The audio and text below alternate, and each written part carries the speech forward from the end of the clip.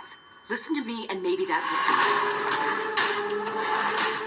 Who is it? Why are they doing this? I don't know. Hello everybody, welcome back to Screenstars. I'm here today to bring you my review for the 2023 action thriller Fear the Night. The film is written and directed by Neil LaBute and it stars essentially Maggie Q. Now the film focuses on a group of ladies who are going up to like a remote farmhouse owned by one of their parents. It is for a bachelorette party. Maggie Q is going up there with her two sisters. Her younger sister is getting married, so she's the one that they're all having the party about. However, she's an ex-squaddie, if you like. She's come from the armed forces. She's quite damaged person, Maggie Q's character. She doesn't get on with her sisters, and especially one of her sisters. They kind of resent each other. There's a lot of history between them. So they get up there, they start trying to enjoy the bachelorette party. There is a bit of friction. They've got their male stripper, so on and so forth. And then they are set upon by a group of armed men with crossbows. They basically are telling them to, if they come out, they won't be harmed, and they want to get inside to get something from the property. So it then becomes a fight for the survival for these women to try and make it through the night without being killed by these armed invaders. Right, what are my thoughts on Fear the Night?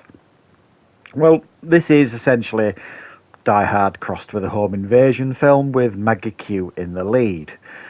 The biggest letdown of this film is its lack of originality. For a home invasion film, it doesn't do anything new at all with the genre.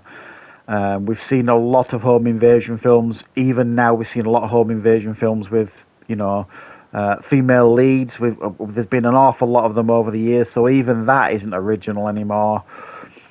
So this kind of, where does it sit in this huge pack of cards in a sense of, home invasion films? It's not a bad film.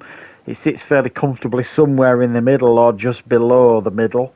There are aspects of this film that, are pretty nicely done and enjoyable to watch. And there's other parts of this film that are a bit boring, to be perfectly honest. I think the setup here is decent. The film does a pretty decent job of kind of building and holding the tension between the sisters, certainly the two of them in particular. I think the film could have done a better job of fleshing out the Maggie Q character. She's obviously damaged from her time in the armed forces. We know she's fairly skilled. It kind of hints that she's pretty skilled and all this kind of stuff, and she's fairly confident in her abilities. But it would have been nice maybe to learn a little bit more about her time in the armed forces.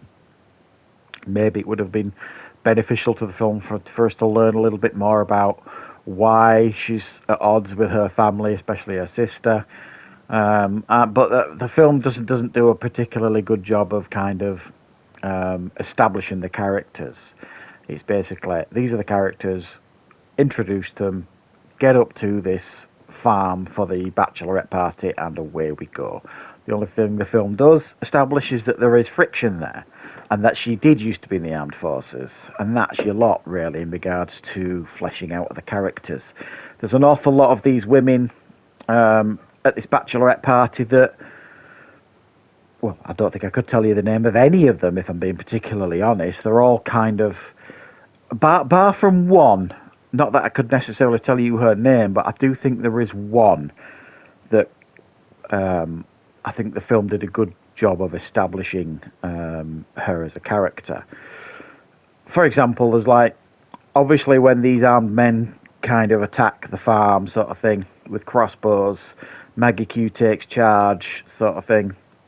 And there's one of the plans is she needs to get to one of the sheds sort of thing, see if there's any weapons. So one of them volunteers to kind of be the decoy and run off sort of thing. Because she ran track in school. I think the film did a decent job of establishing her as a character, and that character kind of worked okay. Everybody else, though, was very, very forgettable. And the ones that are killed by these crossbow-armed thugs, the deaths don't have anywhere near the impact they should, because we don't know them. You know, we don't care about them at all, because the film did a pretty poor job of introducing them to us. And then you could argue as well it's a bit of a letdown in regards to what Maggie Q does, in regards to her skills. Again, it hints that she's very, very gifted, and you know, she's skilled at taking people out, and we do see that in the film, but it's nothing to write home about, if I'm being particularly honest. It almost feels like, okay, well, we've got this payoff coming, surely, and the payoff is pretty uninspired, I suppose. You know, the face-off and the, you know, between her and these attackers, it's pretty muted, to be perfectly honest, because they don't ever really feel that much of a threat. Even the main head honcho, the main guy with the crossbow, the leader of them, never really felt that much of a threat to me in the film. So what we get here is, okay, we've got a decent production values going on here for this film. You know what I mean? It's not high budget, but it's not massively low budget. There's obviously some budget going on here with this film. I think the performances here are absolutely fine by everybody. There's nobody you watch this and think, God, that's a terrible performance. And I think Maggie Q actually, you know, holds the film particularly well as its main star. I've always rated Maggie Q. I think she, you know, is pretty good in everything I've really ever seen her in films like this. She's a credible lead. It's just a bang average home invasion film, really. There's nothing unique about it. There's nothing memorable about it. We've seen it all before, basically. So that's my review for Fear the Night. I hope you enjoyed it. Thank you very much for watching. Don't forget to go back on the channel for plenty more content very, very soon.